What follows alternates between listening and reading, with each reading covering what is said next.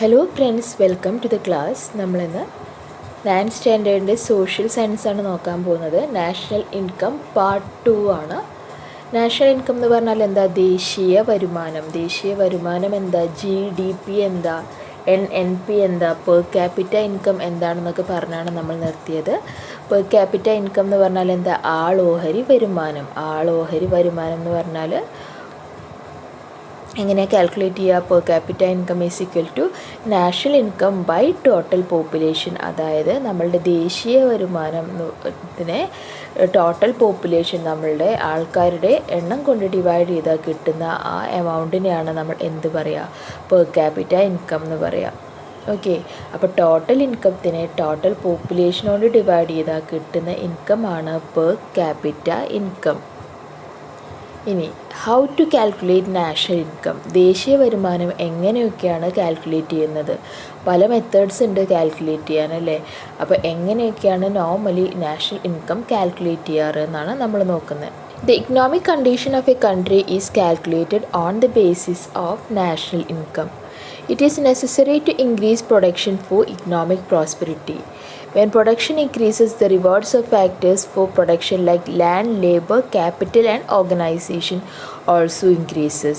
The increase in rewards such as rent, wages, interest and profit result in increased consumption and investment. ഒരു കൺട്രിയുടെ economic condition, അതിൻ്റെ സാമ്പത്തികമായ അവസ്ഥ അറിയാൻ വേണ്ടിയിട്ട് വളർച്ചയാണോ അതോ താഴോട്ടാണോ ഒരു കൺട്രി പോകുന്നത് എന്നറിയാൻ വേണ്ടിയിട്ടാണ് നമ്മൾ നാഷണൽ ഇൻകം കാൽക്കുലേറ്റ് ചെയ്യുന്നത് അല്ലേ. നമ്മൾ കഴിഞ്ഞ ക്ലാസ്സിൽ നോക്കിയതാണ്. ഇപ്പോൾ ഇന്ത്യയുടെ വളർച്ചാ നിരക്ക് 100 കോടിയാണ്, അല്ലെങ്കിൽ നാഷണൽ ഇൻകം 100 കോടിയാണെന്ന് പറയാണ്. അത് നമുക്ക് നമ്മുടെ രാജ്യത്തിൻ്റെ തന്നെ, അതായത് ഇന്ത്യയുടെ തന്നെ കഴിഞ്ഞ വർഷമായുള്ള വരുമാനമായി കമ്പയർ ചെയ്യാം അല്ലേ. 2019 എത്രയായിരുന്നു, 2020 എത്രയായിരുന്നു, ഈ രണ്ടും കൂടി നമ്മൾക്ക് കമ്പയർ ചെയ്ത് നോക്കാം അല്ലേ. അപ്പോൾ നമുക്കറിയാം കഴിഞ്ഞ വർഷത്തേക്കാളും മുന്നോട്ടാണോ കഴിഞ്ഞ വർഷത്തേക്കാളും പിന്നോട്ടാണോ എന്നറിയാം. അതുപോലെ തന്നെ നമുക്ക് എന്തും ചെയ്യാം. ചൈനയിലെ ഈ വർഷത്തെ നാഷണൽ ഇൻകം എത്രയാണ്, ഇന്ത്യയിലെ എത്രയാണ്? അപ്പോൾ രണ്ടും ഒരു ഫിഗറായി കിട്ടിക്കഴിഞ്ഞാൽ എന്ത് ചെയ്യാം? നമുക്ക് അത് രണ്ടും കൂടി കമ്പയർ ചെയ്ത് നോക്കാം. ചൈനയുടെ ദേശീയ വരുമാനം ചിലപ്പോൾ 300 കോടിയായിരിക്കാം. ഇന്ത്യയുടെ ദേശീയ വരുമാനം, അതായത് നാഷണൽ ഇൻകം, ചിലപ്പോൾ 200 കോടിയായിരിക്കാം. അപ്പോൾ അത് കാണുമ്പോൾ എന്ത് മനസ്സിലാവും? നമ്മൾ ചൈനയെക്കാളും 100 കോടി ബാക്കിലാണ് ഇന്ത്യക്ക് കിട്ടുന്ന നാഷണൽ ഇൻകം എന്ന് മനസ്സിലാവും. ഇതൊക്കെയാണ് നമ്മൾ കഴിഞ്ഞ ക്ലാസ്സിൽ പറഞ്ഞത്. ഇവിടെ എന്താ പറയുന്നത്? നമ്മൾ എങ്ങനെയാണ് നാഷണൽ ഇൻകം കാൽക്കുലേറ്റ് ചെയ്യുന്നത് അല്ലേ. സാമ്പത്തിക ഭദ്രതയ്ക്കും അതുപോലെ തന്നെ ഉയർച്ചയ്ക്കും വേണ്ടിയിട്ട് പ്രൊഡക്ഷൻ കൂട്ടുക എന്നുള്ളത് അത്യാവശ്യമാണ്. ഉൽപ്പാദനം കൂട്ടുക. ഇനി പറയുന്നത് 4 ഫാക്ടേഴ്സ് ഓഫ് പ്രൊഡക്ഷൻ ആണ്. ഇമ്പോർട്ടൻ്റ് ആണ്, പഠിക്കണം. ഫാക്ടേഴ്സ് ഫോർ പ്രൊഡക്ഷൻ ഏതൊക്കെയാണ്? Land, labour, capital and organisation. 4 ഫാക്ടറാണ്. ലാൻഡ് ഉണ്ട്, ലേബർ ഉണ്ട്, ക്യാപിറ്റൽ ഉണ്ട്, ഓർഗനൈസേഷൻ ഉണ്ട്. ലാൻഡ് എന്ന് പറഞ്ഞാൽ എന്താ? നമ്മൾ ഇപ്പോൾ ഫാക്ടറി, നമ്മുടെ ഓഫീസ് നമ്മൾ വിൽക്കണമെങ്കിൽ നമ്മൾ ഓഫീസിൽ നിൽക്കുന്ന ഒരു സ്ഥലം ഉണ്ടാവുമല്ലോ, അല്ലെങ്കിൽ ഒരു ഫാക്ടറി സെറ്റപ്പ് ചെയ്യണമെങ്കിൽ ഫസ്റ്റ് വേണ്ടത് എന്താ? ആ ഫാക്ടറി സെറ്റപ്പ് ചെയ്യാൻ നമ്മൾക്കൊരു ലാൻഡ് വേണം അല്ലേ. ഇനി നമ്മൾ ഫാക്ടറി അവിടെ സെറ്റപ്പ് ചെയ്ത് കഴിഞ്ഞു, പിന്നെ എന്താ വേണ്ടത്? അവിടെ പണിയെടുക്കാൻ നമ്മൾക്ക് ലേബറേഴ്സിനെ, അതായത് ജോലിക്കാരെ വേണം. ലാൻഡായി, ലേബറായി. ജോലിക്കാർ മാത്രം പോരാ, എന്തും വേണം. നമ്മൾക്ക് ക്യാപിറ്റൽ വേണം. ക്യാപിറ്റൽ എന്ന് പറഞ്ഞാൽ എന്താ? Capital is a initial amount brought in by the business man. ഒരു കമ്പനി തുടങ്ങാനായിട്ട് ഫസ്റ്റ് ഒരു പൈസ നമ്മൾ ആ കമ്പനിയിൽ ഇൻവെസ്റ്റ് ചെയ്യില്ലേ. ഇപ്പോൾ മെഷീനറി മേടിക്കാനായാലും ലാൻഡ് മേടിക്കാനായാലും അല്ലെങ്കിൽ പ്രൊഡക്ഷന് വേണ്ടിയിട്ടുള്ള റോ മെറ്റീരിയൽസ് മേടിക്കാനായാലും നമ്മൾക്ക് കുറേ പൈസ വേണം അല്ലേ. അപ്പോൾ ആ കമ്പനിയുടെ ഇനീഷ്യൽ സ്റ്റേജിൽ, അത് തുടങ്ങുന്ന സമയത്ത് അതിലേക്ക് നമ്മൾ ഇൻവെസ്റ്റ്മെൻറ്റ് കൊണ്ടുവരും.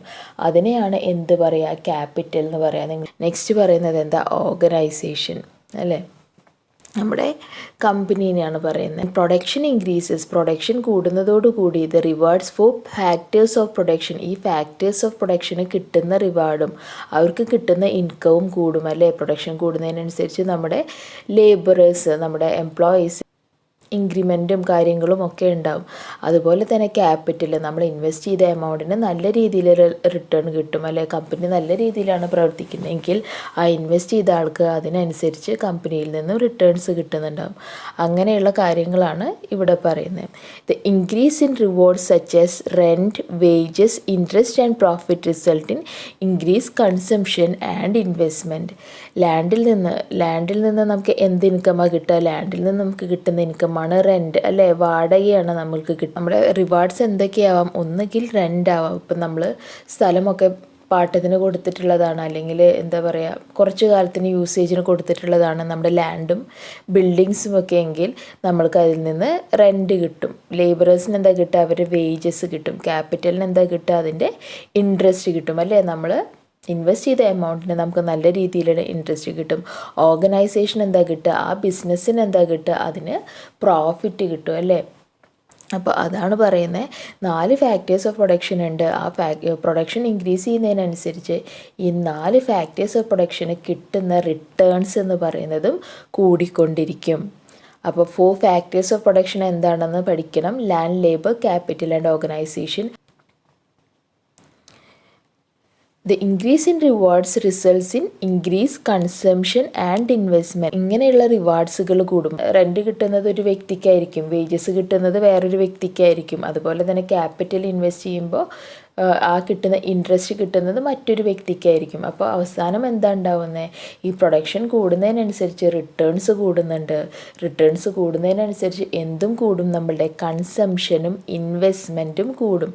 കൺസംഷൻ എന്ന് പറഞ്ഞാൽ എന്താ? കൺസംഷൻ എന്ന് പറഞ്ഞാൽ നമ്മുടെ ഉപഭോഗം, അല്ലേ? ഉപഭോഗത്തിനെയാണ് നമ്മൾ എന്തെന്ന് പറയുക? കൺസംഷൻ എന്ന് പറയുക.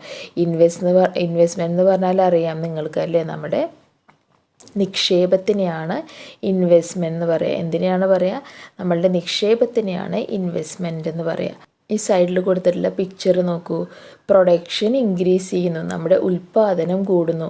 ഉൽപ്പാദനം കൂടുന്നതിനനുസരിച്ച് നമ്മൾ എന്ത് പറഞ്ഞു? നമ്മുടെ ലാൻഡിൻ്റെയും ലേബറിൻ്റെയും ക്യാപിറ്റലിൽ നിന്ന് കിട്ടുന്ന ഇൻകവും കൂടും, അല്ലേ? നമ്മുടെ ഇൻകം കൂടി, നമ്മുടെ വരുമാനം കൂടി. അതായത് നമുക്ക് കഴിഞ്ഞ മാസം വരെ 10,000 രൂപയാണ് കിട്ടിയിരുന്നത് നമ്മുടെ ഇൻകമായിട്ട്, വരുമാനമായിട്ട്. ഈ മാസം അത് ചിലപ്പോൾ 20,000 30,000 ആയി. അപ്പോൾ അതിനനുസരിച്ച് നമ്മുടെ എന്തും കൂടും? എക്സ്പെൻഡിച്ചർ, നമ്മളുടെ ചെലവുകളും അതിനനുസരിച്ച് കൂടും എന്നാണ് പറയുന്നത്. അപ്പോൾ ഒക്കെ ഇൻ്റർ റിലേറ്റഡ് ആണ്. 10,000 രൂപയാണ് നിങ്ങളുടെ ഇൻകം എന്ന് പറഞ്ഞാൽ ഫെബ്രുവരി മാർച്ചൊക്കെ ആയപ്പോഴേക്കും നിങ്ങളുടെ കമ്പനിയുടെ നിങ്ങൾക്ക് കിട്ടുന്ന സാലറി കൂടി. ഇപ്പോൾ നിങ്ങൾക്ക് കിട്ടുന്ന 50,000 രൂപയാണ്. ഈ 10,000 രൂപ നിങ്ങൾക്ക് കിട്ടിയിരുന്നപ്പോൾ ചിലവാക്കിയിരുന്ന അതേപോലെയാണോ നിങ്ങൾ ചിലവാക്കുക മാർച്ചിൽ? അല്ലേ? 10,000 രൂപ കിട്ടിയിരുന്നപ്പോൾ 10,000 രൂപയ്ക്ക് അനുസരിച്ചാണ് നിങ്ങളുടെ ചിലവുകൾ വന്നിരുന്നത്. നിങ്ങളുടെ ആവശ്യങ്ങളൊക്കെ ചുരുക്കിയിരുന്നു. പക്ഷേ 50,000 കിട്ടുമ്പോൾ നിങ്ങൾക്ക് സാലറി നിങ്ങൾ അത്രയ്ക്ക് ചുരുക്കൂ ഇല്ല. നിങ്ങളിപ്പോൾ ഓരോ സാധനങ്ങളും മേടിക്കുകയാണെങ്കിൽ അത് കുറച്ചും കൂടി നല്ല നല്ല സാധനങ്ങൾ മേടിക്കാൻ നോക്കൂ, അല്ലേ? അപ്പോൾ അതാണ് ഇവിടെ പറയുന്നത്. പ്രൊഡക്ഷൻ ഇൻക്രീസ് ചെയ്യുന്നതിനനുസരിച്ച് നിങ്ങളുടെ ഇൻകം കൂടും, പല രീതിയിലുള്ള ഇൻകം കൂടും. ഇൻകം കൂടുന്നതിനനുസരിച്ച് എന്താണ്? വരവിനനുസരിച്ച് നമ്മുടെ ചിലവുകളും വർദ്ധിക്കും, അല്ലേ?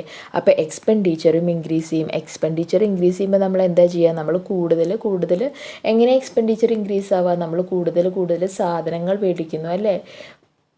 നമ്മുടെ ചിലവുകൾ വർദ്ധിക്കുന്നു എന്ന് പറഞ്ഞാൽ നമ്മൾ അതിനനുസരിച്ച് എന്തെങ്കിലുമൊക്കെ കാര്യങ്ങൾ മേടിക്കുന്നുണ്ടാവും. അപ്പോൾ എക്സ്പെൻഡിച്ചർ ഇൻക്രീസ് ചെയ്യുന്നതിനനുസരിച്ച് എന്തും ഇൻക്രീസ് ചെയ്യും, പ്രൊഡക്ഷനും ഇൻക്രീസ് ചെയ്യും, അല്ലേ? അപ്പോൾ അതാണ് ഇവിടെ പറയുന്നത്. നിങ്ങൾ കഴിഞ്ഞ മാസം ചിലപ്പോൾ ഒരു ഷർട്ടാവും മേടിച്ചിട്ടുണ്ടാവും. ഒരു എക്സാമ്പിളാണ്. കഴിഞ്ഞ മാസം നിങ്ങൾക്ക് 10,000 രൂപയെ വരുമാനമുള്ളൂ. അപ്പോൾ പുതിയ ഷർട്ട് എന്ന് പറഞ്ഞാൽ നിങ്ങൾ ഒരെണ്ണേ മേടിച്ചിട്ടുണ്ടാവുള്ളൂ. പക്ഷേ പിന്നെ 3 മാസം കഴിയുമ്പോഴേക്കും 50,000 ആയി. അപ്പോൾ നിങ്ങൾ ഈ മേടിക്കുന്ന എണ്ണം ചിലപ്പോൾ 5 എണ്ണമായിട്ട് കൂട്ടിയിട്ടുണ്ടാവും. ഇപ്പോൾ 5 ഷർട്ട് മേടിക്കുന്നുണ്ടാവും. അപ്പോൾ എന്താ ഉണ്ടാവുന്നത്? നിങ്ങളുടെ ആവശ്യങ്ങൾ, ഡിമാൻഡ് കൂടുമ്പോൾ, നിങ്ങളുടെ ചിലവുകൾ കൂടുമ്പോൾ അത് എന്തിൻ്റെ മുകളിലും ബാധിക്കുന്നുണ്ട്? നമ്മൾക്ക് കിട്ടാവുന്ന സാധനങ്ങളുടെ ലഭ്യതയുടെ മുകളിലും ബാധിക്കുന്നുണ്ട് അല്ലേ. അപ്പോൾ അങ്ങനെ ഉണ്ടാകുമ്പോൾ എന്താവുക, ഒരു ഷർട്ടിന് പകരം ഇപ്പോൾ 5 ഷർട്ട് ആ കമ്പനിയുടെ പോകുന്നുണ്ടെങ്കിൽ അവരെന്ത് ചെയ്യും, ആ ഡിമാൻഡ് കൂടുതലാണ് ഞങ്ങളുടെ പ്രൊഡക്ട്സിന്, അടുത്ത മാസം തൊട്ട് കുറച്ചും കൂടിയും പ്രൊഡക്ഷൻ കൂട്ടാം. അപ്പോൾ 1000 ഷർട്ട് പ്രൊഡ്യൂസ് ചെയ്തുന്ന ഒരു സ്ഥാപനമാണെങ്കിൽ ചിലപ്പോൾ അത് അടുത്ത മാസം തൊട്ട് 1500 ഷർട്ട് പ്രൊഡ്യൂസ് ചെയ്യും അല്ലേ. ഡിമാൻഡിനനുസരിച്ചാണ്, മാർക്കറ്റിലെ ഡിമാൻഡിനനുസരിച്ചാണ് നമ്മൾ സാധനങ്ങൾ പ്രൊഡ്യൂസ് ചെയ്യുക. നമ്മുടെ സാധനങ്ങൾക്ക് ഡിമാൻഡ് കൂടുന്നുണ്ടെന്ന് കമ്പനിക്ക് മനസ്സിലാകുമ്പോൾ കമ്പനി എന്ത് ചെയ്യും, അതിൻ്റെ പ്രൊഡക്ഷനും ഇൻക്രീസ് ചെയ്യും.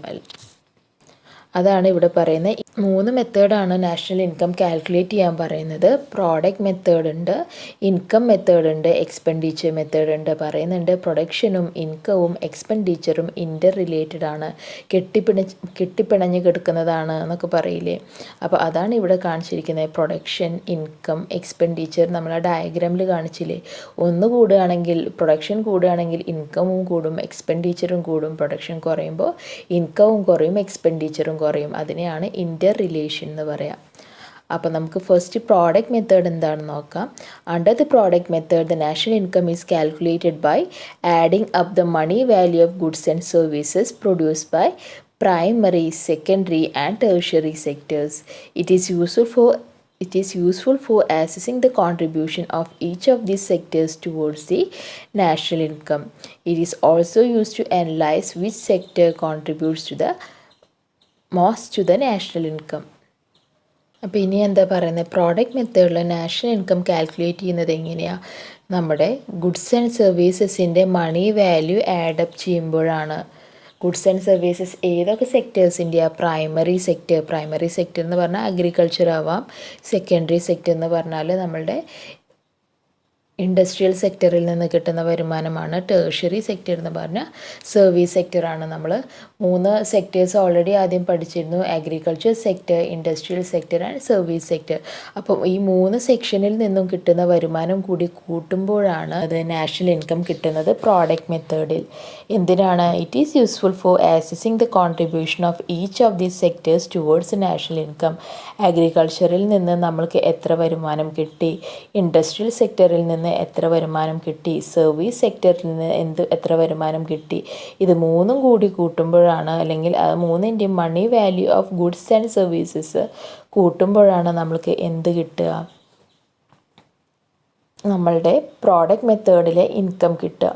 It is also used to analyze which sector contributes most to the national income. ഈ മെത്തേഡിലൂടെ നമ്മൾക്ക് എന്തും അറിയാൻ പറ്റും, ഏത് സെക്ടറാണ് ഏറ്റവും കൂടുതൽ നമ്മുടെ നാഷണൽ ഇൻകത്തിലേക്ക് കോൺട്രിബ്യൂട്ട് ചെയ്തത്. അഗ്രികൾച്ചർ സെക്ടറാണോ, ഇൻഡസ്ട്രിയൽ സെക്ടറാണോ, സർവീസ് സെക്ടർ അല്ലെങ്കിൽ ടേർഷ്യറി സെക്ടറാണോ കോൺട്രിബ്യൂട്ട് ചെയ്തതെന്നും അറിയാൻ പറ്റും. അതെന്താ, ഇൻകം മെത്തേഡാണ്. You know that the income is the reward received four factors of production. In income method, national income is calculated based on rent, wages, interest and profit, which are the rewards for factors of production. This method is helpful in analyzing the contribution of each factor of production to the national income. Factors of production ആണ് importance കൊടുക്കുന്നത്. ഏതൊക്കെയാണ് factors of production? നമ്മൾ നേരത്തെ പഠിച്ചു, land ഉണ്ട്, labour ഉണ്ട്, capital ഉണ്ട്, organisation ഉണ്ട്. അപ്പോൾ പല ഫാക്ടേഴ്സ് ഓഫ് പ്രൊഡക്ഷനും ഉണ്ട്. ഓരോ ഫാക്ടേഴ്സ് ഓഫ് പ്രൊഡക്ഷന് എത്ര ഇൻകം കിട്ടുന്നുണ്ട്, അത് 4ഉം കൂടി ആഡപ്പ് ചെയ്ത് കഴിഞ്ഞാൽ, സം ചെയ്ത് കഴിഞ്ഞാൽ, കൂട്ടിക്കഴിഞ്ഞാൽ നമ്മൾക്ക് കിട്ടുന്ന ഇൻകമിനെയാണ് നമ്മൾ ഇൻകം മെത്തേഡിലെ നാഷണൽ ഇൻകം ആയിട്ട് എടുക്കുക. Okay, in the income method, national income is calculated based on rent, wages, interest and profit, which are the rewards for factors of production. This method is helpful in analyzing the contribution of each factor of production towards the national income. അപ്പോൾ ഈ ലാൻഡിന് കിട്ടുന്ന rent, ലേബർക്ക് കിട്ടുന്ന wages, ക്യാപിറ്റലിന് കിട്ടുന്ന interest, ഓർഗനൈസേഷന് കിട്ടുന്ന returns എന്താ, profit അല്ലെങ്കിൽ അവരുടെ ലാഭം, ഈ 4ഉം കൂടി സമ്മപ്പ് ചെയ്ത് കഴിഞ്ഞാൽ കിട്ടുന്ന ആ എമൗണ്ടാണ് ഇൻകം മെത്തേഡ് അനുസരിച്ച് നമ്മളുടെ നാഷണൽ ഇൻകം വരുന്നത്. ആ മെത്തേഡ് എന്തിനാ ഹെൽപ്പ് ചെയ്യുന്നത്? ഓരോ ഫാക്ടർ ഓഫ് പ്രൊഡക്ഷനും, ലാൻഡ് നമ്മുടെ നാഷണൽ ഇൻകത്തിലേക്ക് എത്ര കോൺട്രിബ്യൂട്ട് ചെയ്യുന്നുണ്ട്, ലേബറിന് കിട്ടുന്ന സാലറി നമ്മുടെ നാഷണൽ ഇൻകത്തിലേക്ക് എത്ര കോൺട്രിബ്യൂട്ട് ചെയ്യുന്നുണ്ട്, ക്യാപിറ്റലിൽ നിന്ന് കിട്ടുന്ന ഇൻട്രസ്റ്റ് നമ്മുടെ നാഷണൽ ഇൻകത്തിലേക്ക് എത്ര കോൺട്രിബ്യൂട്ട് ചെയ്യുന്നുണ്ട്, ഓർഗനൈസേഷന് കിട്ടുന്ന പ്രോഫിറ്റ് നമ്മുടെ നാഷണൽ ഇൻകമിന് എത്രത്തോളം കോൺട്രിബ്യൂട്ട് ചെയ്യുന്നുണ്ട്, അതൊക്കെ അറിയാൻ വേണ്ടിയിട്ടാണ് എന്ത് ചെയ്യുന്നത്, നമ്മൾ ഇൻകം മെത്തേഡ് ചെയ്യുന്നത്. അപ്പോൾ ഫാക്ടേഴ്സ് ഓഫ് പ്രൊഡക്ഷനിൽ നിന്ന് നമ്മൾക്ക് എത്ര വരുമാനം കിട്ടുന്നുണ്ട് അത് സമ്മപ്പ് ചെയ്യുമെന്ന് കിട്ടുമ്പോൾ നാഷണൽ ഇൻകമാണ് നമ്മുടെ ഇൻകം മെത്തേഡിലെ നാഷണൽ ഇൻകം എന്ന് പറയുന്നത്. അപ്പോൾ 2 മെത്തേഡ് നമ്മൾ പറഞ്ഞു, പ്രോഡക്റ്റ് മെത്തേഡും പറഞ്ഞു, ഇൻകം മെത്തേഡും പറഞ്ഞു. എക്സ്പെൻഡിച്ചർ മെത്തേഡാണ്. Expenditure method is used to estimate national income by calculating the expenditure incurred by individuals, firms, and government in a particular year. In economics, just like consumption expenditure, investment is also considered as an expenditure. The summation of consumption expenditure, investment expenditure, and government expenditure gives the total expenditure. എന്ന് പറഞ്ഞാൽ എന്താ, നമ്മുടെ ചിലവുകളെയാണ് നമ്മൾ expenditure എന്ന് പറയാം. അപ്പോൾ ഈ method എങ്ങനെയാണ് കാൽക്കുലേറ്റ് ചെയ്യുന്നത് നാഷണൽ ഇൻകത്തിനെ? By calculating expenditure incurred by individuals, ഓരോ വ്യക്തിയുടെയും എക്സ്പെൻസ്, അതുപോലെ തന്നെ ഫേംസ് എന്ന് പറഞ്ഞാൽ ഓരോ കമ്പനിയുടെയും എക്സ്പെൻസും, അതുപോലെ തന്നെ ഗവൺമെൻറ് നമ്മളുടെ സർക്കാരിൻ്റെയും എക്സ്പെൻസും കൂടി കൂട്ടിയാലാണ് നമ്മളുടെ എക്സ്പെൻഡിച്ചർ മെത്തേഡ് പ്രകാരം നാഷണൽ ഇൻകം കിട്ടുക. ഏതൊക്കെ കൂട്ടും എക്സ്പെൻഡിച്ചർ മെത്തേഡിൽ? നമ്മുടെ ഇൻഡിവിജ്വൽസ് എന്ന് പറഞ്ഞാൽ എന്താ, ഓരോ വ്യക്തിനെയാണ് നമ്മൾ ഇൻഡിവിജ്വൽ എന്ന് പറയുക. ഇൻഡിവിജ്വലിൻ്റെ എക്സ്പെൻസ്, ഇൻഡിവിജ്വലിൻ്റെ ചിലവുകൾ എന്ന് പറഞ്ഞാൽ എന്താ, നമ്മൾ ഓരോരുത്തരും ചിലവാക്കുന്ന ആ പൈസ പ്ലസ് എന്ത് ചെയ്യുന്നുണ്ട്, ഫേംസ് എന്ന് പറഞ്ഞാൽ ഓരോ കമ്പനിയുടെയും എക്സ്പെൻസസ് ചിലവുകൾ പ്ലസ് ഏതിൻ്റെയും വരും, നമ്മുടെ ഗവൺമെൻറ് ചിലവാക്കുന്ന പൈസയും. ഈ 3 ചിലവുകളും കൂട്ടിക്കഴിഞ്ഞാൽ കിട്ടുന്ന എക്സ്പെൻഡിച്ചറിനെയാണ് നമ്മൾ എക്സ്പെൻഡിച്ചർ മെത്തേഡ് പ്രകാരം നാഷണൽ ഇൻകം കാൽക്കുലേറ്റ് ചെയ്യുന്നത്. In economics, just like consumption expenditure, investment is also considered as expenditure. ഇക്കണോമിക്സിൽ കൺസംഷൻ എക്സ്പെൻഡിച്ചർ എന്തിനാ, നമ്മുടെ ഉപഭോഗത്തിന് വേണ്ടിയിട്ടുള്ള ചിലവിനെ പോലെ തന്നെയാണ് നമ്മളുടെ ഇൻവെസ്റ്റ്മെൻറ്റിനെയും കണക്കാക്കുന്നത്. നമ്മളെന്താ പറയുക, നമ്മൾ ഓരോ സാധനങ്ങൾ മേടിക്കുമ്പോൾ അത് നമ്മുടെ ചിലവാണെന്ന് പറയുന്നുണ്ടല്ലേ. അപ്പോൾ അത് നമ്മുടെ ഇൻഡിവിജ്വൽ എക്സ്പെൻഡിച്ചറാണ് ഓരോ സാധനങ്ങൾ മേടിക്കുമ്പോൾ. അപ്പോൾ അതേ എക്സ്പെൻഡിച്ചർ പോലെ തന്നെയാണ് എന്തും എടുക്കുന്നത് നമ്മുടെ ഇൻവെസ്റ്റ്മെൻറ്റിന്. ഇപ്പം നമ്മൾ പല രീതിയിലുള്ള ഇൻവെസ്റ്റ്മെൻറ്റ് നടത്തും, ഷെയറിൽ ഇൻവെസ്റ്റ്മെൻറ്റ് നടത്തും, ഗോൾഡിൽ ഇൻവെസ്റ്റ്മെൻറ്റ് നടത്തും. അപ്പോൾ അങ്ങനെ ഇൻവെസ്റ്റ് ചെയ്യാൻ വേണ്ടി നമ്മൾ ഉപയോഗിക്കുന്ന പൈസേനെയും എക്സ്പെൻഡിച്ചർ മെത്തേഡ് പ്രകാരം ഒരു എക്സ്പെൻസായി തന്നെയാണ് കാൽക്കുലേറ്റ് ചെയ്യുന്നത്. ഓക്കെ, അപ്പോൾ അതാണ് ഇവിടെ പറയുന്നത്. കൺസംഷൻ എക്സ്പെൻഡിച്ചർ പോലെ തന്നെയാണ് ഇൻവെസ്റ്റ്മെൻറ്റിനെയും കണക്കാക്കുന്നത്. എങ്ങനെയാണ് നമുക്ക് നാഷണൽ ഇൻകം കിട്ടുക എക്സ്പെൻഡിച്ചർ മെത്തേഡ് പ്രകാരം? സമ്മേഷൻ എന്ന് പറഞ്ഞാൽ കൂട്ടുക, കൺസംഷൻ എക്സ്പെൻഡിച്ചർ കൂട്ടുക, consumption expenditure plus investment expenditure plus government expenditure gives your total expenditure. അത് നമ്മളുടെ അത് 3 കൂടി കൂട്ടിയാൽ നിങ്ങൾക്ക് ടോട്ടൽ എക്സ്പെൻഡിച്ചർ കിട്ടും, ടോട്ടൽ ചിലവ് കിട്ടും. അപ്പോൾ അത് പ്രകാരമാണ് നമ്മൾ എക്സ്പെൻഡിച്ചർ മെത്തേഡിൽ കാൽക്കുലേറ്റ് ചെയ്യുക. അപ്പോൾ 3 മെത്തേഡ് പറഞ്ഞു. ഏതൊക്കെ പറഞ്ഞു? പ്രോഡക്റ്റ് മെത്തേഡ് പറഞ്ഞു, ഇൻകം മെത്തേഡ് പറഞ്ഞു, എക്സ്പെൻഡിച്ചർ മെത്തേഡ് പറഞ്ഞു. അപ്പോൾ 3 ഫാക്ടേഴ്സ് ഓഫ് പ്രൊഡക്ഷൻ ആണ് പറഞ്ഞത്. ഈ ഭാഗം വളരെ ഇമ്പോർട്ടൻ്റ് ആണ്. നാഷണൽ ഇൻകം എങ്ങനെയാണ് കാൽക്കുലേറ്റ് ചെയ്യുന്നത് എക്സാമിന് വരാറുണ്ട്. ഫാക്ടേഴ്സ് ഓഫ് പ്രൊഡക്ഷൻ എന്തൊക്കെയാണ്, ഫാക്ടേഴ്സ് ഓഫ് പ്രൊഡക്ഷന് കിട്ടുന്ന റിട്ടേൺസ് എന്തൊക്കെയാണ്, അതൊക്കെയാണ് നമ്മൾ പറഞ്ഞത്. അപ്പോൾ അത് പഠിക്കുക. Estimation of national income using any above 3 methods will give the same result. ഈ 3 മെത്തേഡ് പ്രകാരം നാഷണൽ ഇൻകം കാൽക്കുലേറ്റ് ചെയ്താലും നിങ്ങൾക്ക് കിട്ടുന്ന റിസൾട്ട് എന്ന് പറയുന്നത് സെയിം ആയിരിക്കും. നമ്മളിപ്പോൾ മാത്സ് ഒക്കെ ചെയ്യുമ്പോൾ നമ്മൾ പല വഴിയിലൂടെ ഒരു പ്രോബ്ലം സോൾവ് ചെയ്യും, അല്ലെങ്കിൽ ഒരു കണക്ക് സോൾവ് ചെയ്യും. അത് ശരിയാണെങ്കിൽ നമ്മൾക്ക് കിട്ടുന്ന ഏത് വഴി കൂടെ ചെയ്താലും കിട്ടുന്ന ആൻസർ എന്ന് പറയുന്നത് സെയിം ആയിരിക്കും. അതുപോലെ തന്നെയാണ് ഇവിടെയും പറയുന്നത്. ഏത് മെത്തേഡ് വേണമെങ്കിൽ നിങ്ങൾ എടുത്തോളൂ, നിങ്ങൾക്ക് കിട്ടുന്ന ആൻസർ എന്ന് പറയുന്നത് സെയിം ആയിരിക്കും.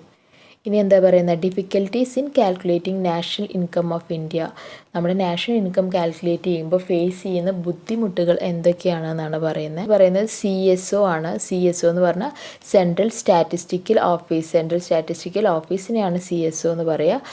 അവരാണ് നമ്മളുടെ നാഷണൽ ഇൻകം കാൽക്കുലേറ്റ് ചെയ്യുന്നത്. 1 മാർക്ക് ക്വസ്റ്റ്യൻ ആയിട്ട് വരാറുണ്ട്. CSO ആണ് നമ്മളുടെ നാഷണൽ ഇൻകം കാൽക്കുലേറ്റ് ചെയ്യുന്നത്. The estimation is done mainly for the purpose of planning and development activities of the government. It also helps to understand the nature of employment sectors and type of employment people are engaged in. In India, we make use of the product income and expenditure method to estimate the national income. അപ്പോൾ എന്തൊക്കെ പറഞ്ഞു ഇതിൽ? നമ്മളുടെ CSO ആണ് നമ്മളുടെ national income calculate ചെയ്യുന്നത്. National income estimate ചെയ്യുന്നത്. അതായത് 2020 നമ്മൾക്ക് എത്ര നാഷണൽ ഇൻകം ഉണ്ടാവാം എന്നൊരു എസ്റ്റിമേറ്റ് ചെയ്യില്ലേ. നമ്മുടെ വരുമാനത്തിനനുസരിച്ചാണ് നമ്മൾ ചിലവുകൾ ചെയ്യുക അല്ലേ. അപ്പോൾ എത്രത്തോളം ഉണ്ടാവാമെന്ന് കാൽക്കുലേറ്റ് ചെയ്യുന്നത് CSO ആണ്. അപ്പോൾ ആ എസ്റ്റിമേഷൻ എന്തിനാണ് യൂസ് ചെയ്യുന്നത്? It is use for purpose of planning and development activities of the government ആ വർഷത്തെ ഡെവലപ്മെൻറ്റ് ആക്ടിവിറ്റീസ് എന്തൊക്കെ ഡിറ്റർമൈൻ ചെയ്യാൻ ഈ എസ്റ്റിമേഷൻ ഹെൽപ്പ് ചെയ്യും. അതുപോലെ തന്നെ എന്തിനും ഹെൽപ്പ് ചെയ്യും? Nature of employment sectors and type of employment people are engage in. ഏതൊക്കെ എംപ്ലോയ്മെൻറ്റ് സെക്ടറാണ് കൂടുതൽ എംപ്ലോയ്മെൻറ്റ് ഓപ്പർച്യൂണിറ്റീസ് കൊടുക്കുന്നത്, അല്ലെങ്കിൽ എങ്ങനത്തെ ഓർഗനൈസേഷനിലാണ്, എങ്ങനത്തെ ഓഫീസുകളിലാണ് ആൾക്കാർ കൂടുതലായിട്ട് ജോലി ചെയ്യുന്നത്. ഇപ്പോൾ അഗ്രികൾച്ചർ സെക്ടറിൽ നിന്നാണ് നമുക്ക് കൂടുതൽ ഇൻകം കിട്ടുന്നതെങ്കിൽ നമ്മൾക്ക് എന്ത് പറയാം? കൂടുതൽ ആൾക്കാർ അഗ്രികൾച്ചർ സെക്ടറിലുണ്ട്. പ്രൊഡക്ഷൻ കൂടുന്നതിനനുസരിച്ച് നമുക്ക് പറയാം എന്താണ്, കൂടുതൽ ആൾക്കാർ അഗ്രികൾച്ചർ സെക്ടറിൽ വർക്ക് ചെയ്യുന്നുണ്ട്. അല്ല, നമുക്ക് ഈ വർഷം കൂടുതൽ ഇൻകം കിട്ടുന്നത് സർവീസ് സെക്ടറിലാണെന്ന് പറഞ്ഞാൽ എന്ത് മനസ്സിലാവും? കൂടുതൽ ആൾക്കാർ സർവീസ് സെക്ടറിൽ വർക്ക് ചെയ്യുന്നുണ്ടെന്ന് നമ്മൾക്ക് പറയാം. ഇതിൽ പ്രോഡക്റ്റ് മെത്തേഡും ഇൻകം മെത്തേഡും എക്സ്പെൻഡിച്ചർ മെത്തേഡും ഒക്കെ യൂസ് ചെയ്യുന്നുണ്ട്. നെക്സ്റ്റ് എന്താ? The assessment of national income is a tough job that is challenged by practical and ideational issues. National income assess ചെയ്യാന്ന് പറഞ്ഞാൽ, കാൽക്കുലേറ്റ് ചെയ്യാന്ന് പറഞ്ഞാൽ ഭയങ്കര ബുദ്ധിമുട്ടുള്ളൊരു കാര്യമാണ്. എന്തൊക്കെയാണ് ബുദ്ധിമുട്ടുകൾ? പഠിക്കണം.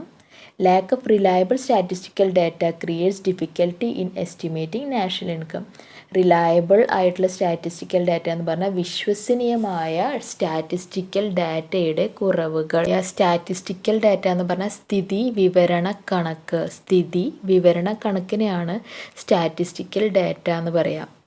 ഓക്കെ, സ്ഥിതി വിവരണ കണക്കിനെയാണ് നമ്മൾ എന്ത് പറയുക? സ്റ്റാറ്റിസ്റ്റിക്കൽ ഡാറ്റ എന്ന് പറയുക. റിലയബിൾ എന്ന് പറഞ്ഞാൽ വിശ്വസനീയമായ ആ ഡാറ്റയുടെ കുറവാണ് ഏറ്റവും വലിയ ഡിഫിക്കൽട്ടി. കളക്ട് ചെയ്യുക. ഒരു എക്സാമ്പിൾ ഞാൻ പറയാം. നിങ്ങളുടെ വീട്ടിലൊക്കെ വന്നിട്ട് സർവേ എടുക്കാറുണ്ട് അല്ലേ. നിങ്ങളുടെ വീട്ടിൽ എത്ര ആൾക്കാരുണ്ട്, നിങ്ങളുടെ വീട്ടുകാരുടെ വരുമാനം എത്രയാണെന്നൊക്കെ പറഞ്ഞ് നമ്മുടെ വീട്ടിൽ വന്ന് ചിലപ്പോൾ സർവേ ചെയ്യാറുണ്ട്. മുനിസിപ്പാലിറ്റിയിൽ നിന്നൊക്കെ ആൾക്കാർ വന്നിട്ട് നമ്മൾക്ക് തന്നെ അറിയാം, നമ്മൾ ശരിയായ കണക്കുകളല്ല മിക്ക കേസിലും ഇൻകമിൻ്റെ കാര്യത്തിൽ കൊടുക്കാറ് അല്ലേ. അപ്പോൾ എന്താണ് അതിനെയാണ് പറയുക റിലയബിൾ സ്റ്റാറ്റിസ്റ്റിക്കൽ ഡാറ്റയുടെ കുറവ്. വിശ്വസനീയമായ ഡാറ്റയുടെ മുകളിലായിരിക്കില്ല ചിലപ്പോൾ നമ്മൾ നാഷണൽ ഇൻകം കാൽക്കുലേറ്റ് ചെയ്യുന്നത് പല മെത്തേഡിലൂടെ. അപ്പോൾ നമ്മുടെ ആ കണക്ക് ശരിയല്ലെങ്കിൽ, നമ്മൾ കൊടുക്കുന്ന ആ ഇൻപുട്ട് കറക്റ്റ് അല്ലെങ്കിൽ അതിൻ്റെ മുകളിൽ നമ്മൾ എന്ത് കാൽക്കുലേറ്റ് ചെയ്താലും കിട്ടുന്ന ഔട്ട്പുട്ട് എന്ന് പറയുന്നതും റോങ് ആയിരിക്കും അല്ലേ. ഇപ്പോൾ നിങ്ങൾ ഒരു എക്സാമ്പിൾ ഞാൻ പറയാം. നിങ്ങൾ 100 നോട്ട്ബുക്ക് മേടിച്ചു 10 രൂപയ്ക്ക് അല്ലേ. ആ 10 രൂപയ്ക്ക് പകരം നിങ്ങൾ പറയുന്നത് 5 രൂപയ്ക്കാണ് മേടിച്ചതെന്ന്. അപ്പോൾ ശരിക്കും നിങ്ങൾക്ക് 1000 രൂപ ചിലവായിട്ടുണ്ടെങ്കിൽ നിങ്ങളിവിടെ എത്രയേ പറയുന്നുള്ളൂ? 500 രൂപയെ പറയുന്നുള്ളൂ. അപ്പോൾ ബാക്കിയുള്ള കാൽക്കുലേഷനൊക്കെ ഈ 500 രൂപയുടെ മുകളിലാണ് പോവുക. അപ്പോൾ ഇതേ റോങ് ആണ്. അപ്പോൾ നിങ്ങൾക്ക് കിട്ടുന്ന ആൻസറും എന്താണ്? ആൻസറും റോങ് ആണ് അല്ലേ. അപ്പോൾ അതാണ് പറയുന്നത്, നമുക്ക് കിട്ടുന്ന ഡാറ്റയ്ക്ക് അനുസരിച്ചാണ് അത് പ്രോസസ്സ് ചെയ്യുമ്പോൾ കിട്ടുന്ന ഔട്ട്പുട്ട്, ഫൈനൽ ഔട്ട്പുട്ട് വരിക. അപ്പോൾ സ്റ്റാറ്റിസ്റ്റിക്കൽ ഡാറ്റ വിശ്വസനീയമല്ലെങ്കിൽ അതിൻ്റെ മുകളിൽ വരുന്ന റിസൾട്ട് എന്ന് പറയുന്നതും വിശ്വസനീയമായിരിക്കില്ല. There is a chance for calculating money value of goods services more than once while they pass through different stages of production. പല സ്റ്റേജസിലൂടെ കടന്നു പോകുന്നുണ്ട്. സ്റ്റേജസ് ഫസ്റ്റ് റോ മെറ്റീരിയൽ ആവും, പിന്നെ സെമി ഫിനിഷ് ഗുഡ്സ് ആവും, പിന്നെ അത് ഫിനിഷ്ഡ് ഗുഡ്സ് ആവും. അപ്പം 3 സ്റ്റേജസിലൂടെയാണ് പ്രൊഡക്ഷൻ കടന്നു പോവുക. ഈ ഓരോ സ്റ്റേജിലും നമ്മൾ എന്ത് കാൽക്കുലേറ്റ് ചെയ്യും? നമ്മളുടെ money value of goods and services calculate ചെയ്യും. അപ്പോൾ എന്തിന് സാധ്യതയുണ്ട്? ഒരു ഡബിൾ കൗണ്ടിങ് അല്ലേ. ഒരേ സാധനത്തിന് ചിലപ്പോൾ നമ്മൾ 2 പ്രാവശ്യമോ 3 പ്രാവശ്യമോ ഒക്കെ അതിൻ്റെ വില കണക്കാക്കിയിട്ട് നമ്മൾ പറയുന്നുണ്ടാവും. അപ്പോൾ അത് എന്തിൽ റിസൾട്ട് ചെയ്യും? ഡബിൾ കൗണ്ടിങ്ങിൽ റിസൾട്ട് ചെയ്യും എന്നാണ് പറയുന്നത്. അപ്പോൾ ഒരേ കാര്യത്തിന് തന്നെ 2 പ്രാവശ്യം കൗണ്ടിങ് വരുമ്പോൾ അത് നമ്മുടെ നാഷണൽ ഇൻകം തെറ്റായ രീതിയിലാണ് കാൽക്കുലേറ്റ് ചെയ്യിപ്പിക്കുക. സർവീസസ് ഓഫ് ഹൗസ് വൈഫ്സ് is not included in national income. വീട്ടിലെ ജോലി ചെയ്യുന്ന അമ്മമാർ അല്ലേ, അവരുടെ സർവീസ് ഒരിക്കലും നാഷണൽ ഇൻകം കാൽക്കുലേറ്റ് ചെയ്യാൻ നമ്മൾ ഇൻക്ലൂഡ് ചെയ്യുന്നില്ല. അവരുടെ പണി ഒരിക്കലും നമ്മൾ കണക്കാക്കുന്നില്ല. Production of goods for self consumption is not included in estimation of national income. നമ്മൾ സെൽഫ് കൺസംഷന് വേണ്ടി ഉണ്ടാക്കുന്ന സാധനങ്ങൾ ഒരിക്കലും നമ്മുടെ നാഷണൽ ഇൻകത്തിൽ ഇൻക്ലൂഡ് ചെയ്യില്ല. എന്താണ് എക്സാമ്പിൾ പറയുന്നത്? Vegetable garden and home. നമ്മുടെ വീട്ടാവശ്യത്തിന് വേണ്ടി നമ്മളൊരു വെജിറ്റബിൾ ഗാർഡൻ, പച്ചക്കറി തോട്ടം സെറ്റപ്പ് ചെയ്തിട്ടുണ്ടെങ്കിൽ അതിൽ നിന്നും കിട്ടുന്ന പച്ചക്കറികളൊന്നും ഒരിക്കലും നമ്മളുടെ നാഷണൽ ഇൻകത്തിൻ്റെ മണി വാല്യൂവിൻ്റെ ഭാഗമായി വരില്ല. Ignorance and illiteracy of people create problem in collecting statistical data. ആൾക്കാരുടെ ഇല്ലിറ്ററസി എന്ന് പറഞ്ഞാൽ നിരക്ഷരത, ഇഗ്നോറൻസ് എന്ന് പറഞ്ഞാൽ എന്താ, നമ്മൾ ആ കാര്യം ശ്രദ്ധിക്കാണ്ടിരിക്കുക, അറിവില്ലായ്മ എന്നൊക്കെ പറയില്ലേ, ഇഗ്നോർ ചെയ്യുക. Create problem collecting statistical data. ആൾക്കാർ അത്രയൊന്നും ശ്രദ്ധിച്ചിട്ടല്ല ഈ സ്റ്റാറ്റിസ്റ്റിക്കൽ ഡാറ്റയൊക്കെ കൊടുക്കുന്നത്. Practical difficulty in assessing money value of services impede the correct estimation of national income. Feed ചെയ്യാന്ന് പറയാം, തടസ്സം നിൽക്കുക എന്നാണ് പറയുക. അതായത് ഒരു സർവീസിൻ്റെ മണി വാല്യൂ എത്രയാണെന്ന് നമുക്ക് പറയാൻ പറ്റില്ല. എക്സാമ്പിൾ ഞാൻ പറയാം, നിങ്ങളൊരു മൊബൈൽ ഷോപ്പിൽ പോയി മൊബൈൽ നന്നാക്കാൻ, ഒരു കടയിൽ നിന്ന് നിങ്ങളുടെ അടുത്ത് മേടിക്കുക 100 രൂപയായിരിക്കും, അപ്പുറത്തെ കടയിൽ പോയാൽ ചിലപ്പോൾ അവർ 200 രൂപ മേടിക്കും. അപ്പോൾ അങ്ങനെ വ്യത്യാസങ്ങൾ വരും. ആ സർവീസിന് എത്ര രൂപയാണെന്ന് ആരും പറഞ്ഞിട്ടില്ല അല്ലേ. നമ്മളൊരു പാക്കറ്റ് ബിസ്ക്കറ്റ് മേടിക്കുമ്പോൾ അതിൻ്റെ മുകളിൽ 30 രൂപയാണ് എഴുതിയിട്ടുണ്ടാകും. ആ 30 രൂപ തന്നെയാണ് എല്ലാ കടയിലും പോയാൽ നമ്മൾ കൊടുക്കുക. പക്ഷെ ഒരു സർവീസിൻ്റെ കാര്യത്തിൽ അങ്ങനെയാണോ? അല്ല.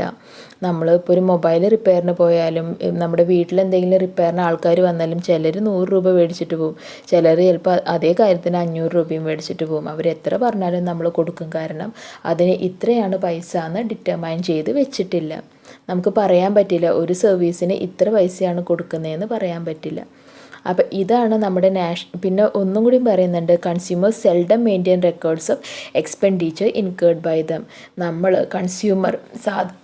സാധാരണക്കാരായ കൺസ്യൂമേഴ്സ് സെൽഡം എന്ന് പറഞ്ഞാൽ ഒക്കേഷണലായിട്ട് മാത്രം, വല്ലപ്പോഴും മാത്രമേ, അല്ലെങ്കിൽ തീരെ മെയിൻറ്റെയിൻ ചെയ്യാറില്ല.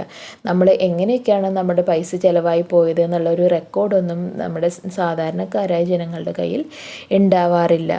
അപ്പോൾ ഇതാണ് ഫാക്ടേഴ്സ് പറയുന്നത്. ഏതൊക്കെയാണ് നമ്മൾ പറഞ്ഞത്? നാഷണൽ ഇൻകം കാൽക്കുലേറ്റ് ചെയ്യാനുള്ള ഡിഫിക്കൽട്ടീസാണ് പറഞ്ഞത്. ആദ്യത്തെ പറഞ്ഞത് lack of reliable statistical data, reliable ആയിട്ടുള്ള വിശ്വസനീയമായ സ്റ്റാറ്റിസ്റ്റിക്കൽ ഡാറ്റയുടെ കുറവ്. രണ്ടാമത്തത് എന്ത് പറഞ്ഞു? ഡബിൾ കൗണ്ടിങ് പറഞ്ഞു. ഒരേ സാധനം തന്നെ 2-3 പ്രാവശ്യം അതിൻ്റെ ഫിനാൻഷ്യൽ വാല്യൂ കാൽക്കുലേറ്റ് ചെയ്യുന്നുണ്ടാവും. അങ്ങനത്തെ കേസിൽ എന്ത് വരും? ഒരേ സാധനത്തിന് തന്നെ 2-3 പ്രാവശ്യമൊക്കെ നമ്മൾ വില കണക്കാക്കുന്നുണ്ടാവാം.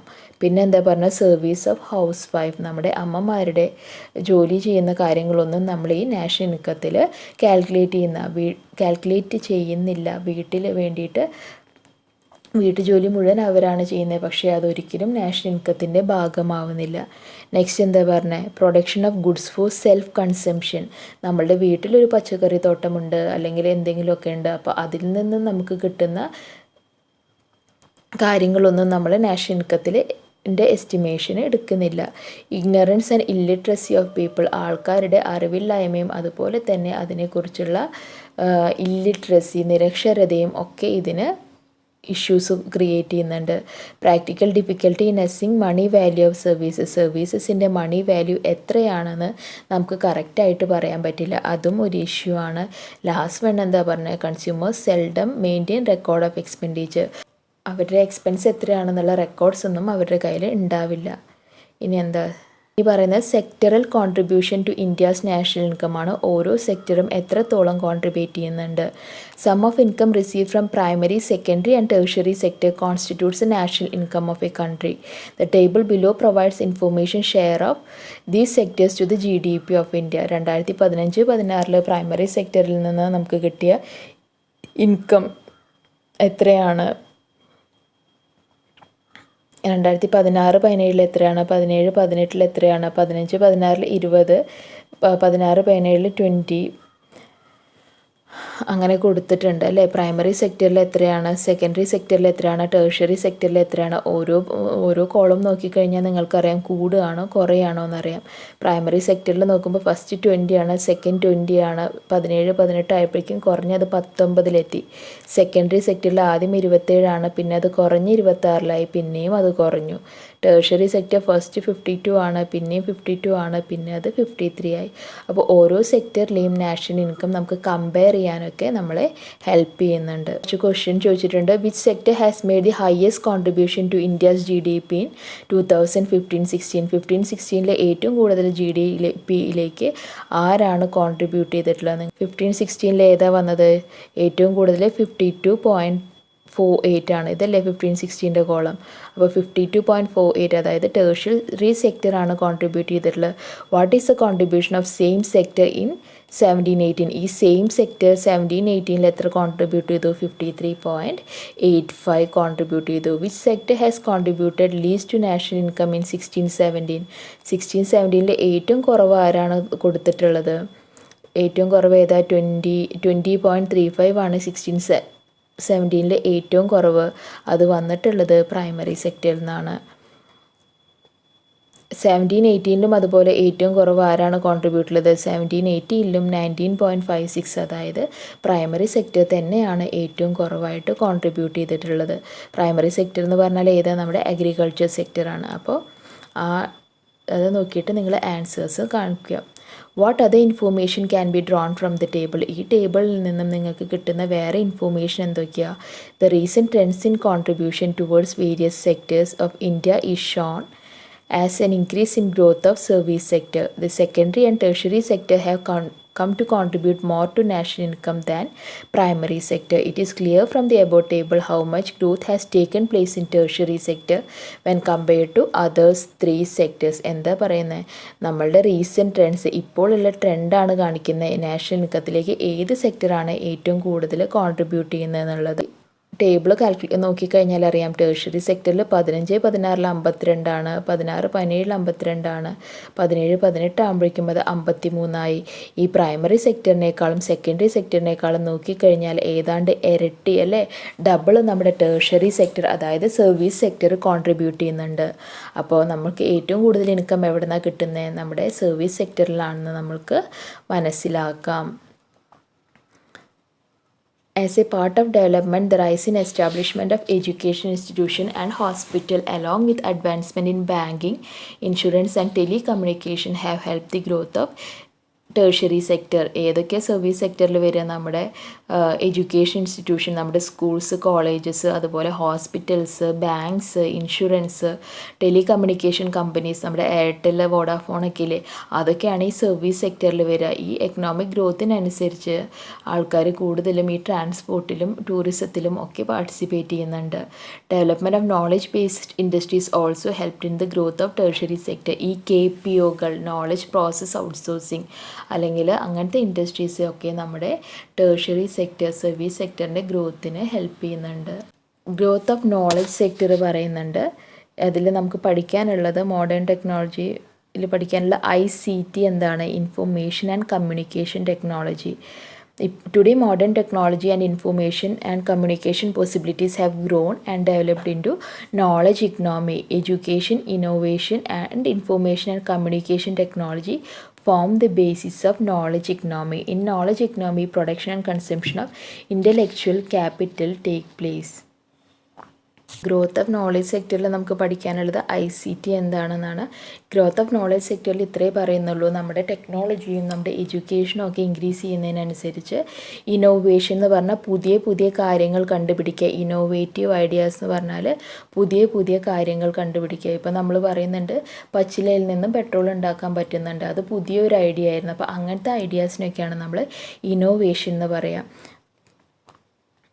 അപ്പോൾ production and consumption of intellectual capital എന്ന് പറഞ്ഞാൽ ബുദ്ധിപരമായിട്ടുള്ള ഇൻവെസ്റ്റ്മെൻറ്റുകളൊക്കെയാണ് ഇപ്പോൾ നടക്കുന്നത്.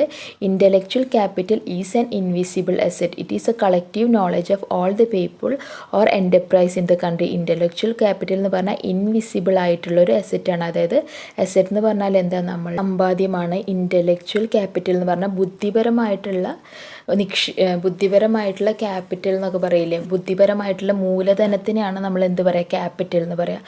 അതൊരു ഇൻവിസിബിൾ, നമുക്ക് കാണാൻ പറ്റാത്ത അസെറ്റാണ്. ഇപ്പോൾ ഒരു കമ്പനിയിൽ 100 ആൾ വർക്ക് ചെയ്യുന്നുണ്ടെങ്കിൽ 100 ആളുടെയും ബുദ്ധിപരമായിട്ടുള്ള ആ കഴിവിനെയാണ് നമ്മൾ എന്ത് പറയുന്നത്? ഇൻ്റലക്ച്വൽ ക്യാപിറ്റൽ എന്നാണ്. Today, as a part of tertiary sector, growth of services based on knowledge is happening of a large scale. People giving expert advice on shares, taxes, softwares are part of this sector. Top business executives, researchers, scientists, policy makers strengthen this sector. Government also give priority to the development of knowledge sector.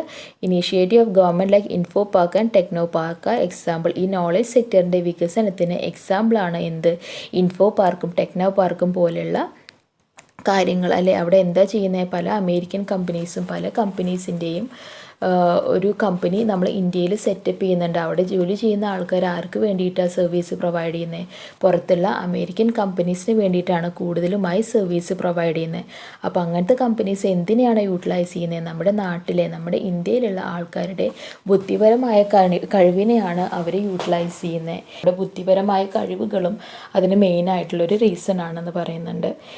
India has achieved immense progress in information and communication technology, so much so that today we are a global service provider. As a result of this knowledge boom, India can enhance the welfare of the people. ഇപ്പോൾ നടക്കുന്നത് knowledge ബൂമാണ്.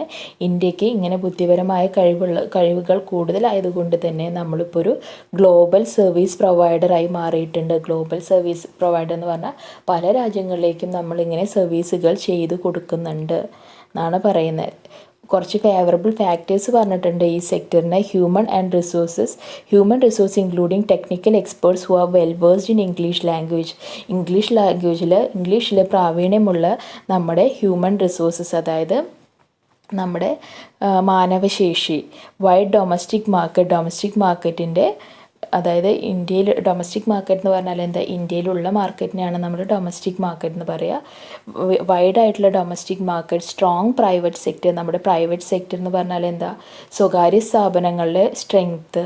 Development of science and technology. സയൻസിലും ടെക്നോളജിയുള്ള ഡെവലപ്മെൻറ്റൊക്കെ എന്തിന് help ചെയ്യുന്നുണ്ട്? നമ്മുടെ ഇന്ത്യയെ കൂടുതലായി ഇനി മുന്നോട്ട് കൊണ്ടുപോകാൻ ഈ ഫാക്ടേഴ്സൊക്കെ ഹെൽപ്പ് ചെയ്യും. ഏതൊക്കെ ഹെൽപ്പ് ചെയ്യും? നമ്മുടെ ഡൊമസ്റ്റിക് മാർക്കറ്റിൻ്റെ വൈഡ്നെസ്. നമ്മുടെ ഇന്ത്യയിലെ നമ്മുടെ ഡൊമസ്റ്റിക് ആയിട്ടുള്ള മാർക്കറ്റ് എക്സ്പാൻഡ് ചെയ്തുകൊണ്ടിരിക്കുകയാണ് അല്ലേ? നമ്മൾക്ക് പുതിയ സാധനങ്ങളുടെ ആവശ്യങ്ങൾ വന്നുകൊണ്ടിരിക്കുകയാണ്. അതൊരു ഫാക്ടർ. നെക്സ്റ്റ് എന്താ പറയുന്നത്? നമ്മുടെ ഇംഗ്ലീഷ് ലാംഗ്വേജ്, അതുപോലെ തന്നെ നമ്മുടെ നോളജിലുള്ളൊരു ഇൻക്രീസ് പറയുന്നുണ്ട്. പ്രൈവറ്റ് സെക്ടർ ശക്തിപ്പെടുന്നത്. നാലാമത്തെ പറയുന്നത് എന്താ? നമ്മുടെ സയൻസ് ആൻഡ് ടെക്നോളജിയിലുള്ള ഡെവലപ്മെൻറ്റും. ഇതൊക്കെ നമ്മുടെ എന്തിന് ഹെൽപ്പ് ചെയ്യുന്ന പറയുന്നത്? ഇന്ത്യയിലെ grow further in this sector. ഇന്ത്യയെ ഈ സെക്ടറിൽ, അതായത് ഈ നോളജ് സെക്ടറിലും സർവീസ് സെക്ടറിലുമൊക്കെ കൂടുതലായിട്ട് ഇനി വികസനം ഉണ്ടാവാനുള്ള ഫാക്ടേഴ്സായിട്ടാണ് പറയുന്നത്. ഓക്കെ, അപ്പോൾ ഇത്രയാണ് നിങ്ങളുടെ നാഷണൽ ഇൻകം എന്ന് പറയുന്ന ചാപ്റ്ററിൽ വരുന്ന ക്ലാസ്. ഇഷ്ടപ്പെട്ടാൽ ചാനൽ സബ്സ്ക്രൈബ് ചെയ്യുക, ലൈക്ക് ചെയ്യുക. Okay, thank you.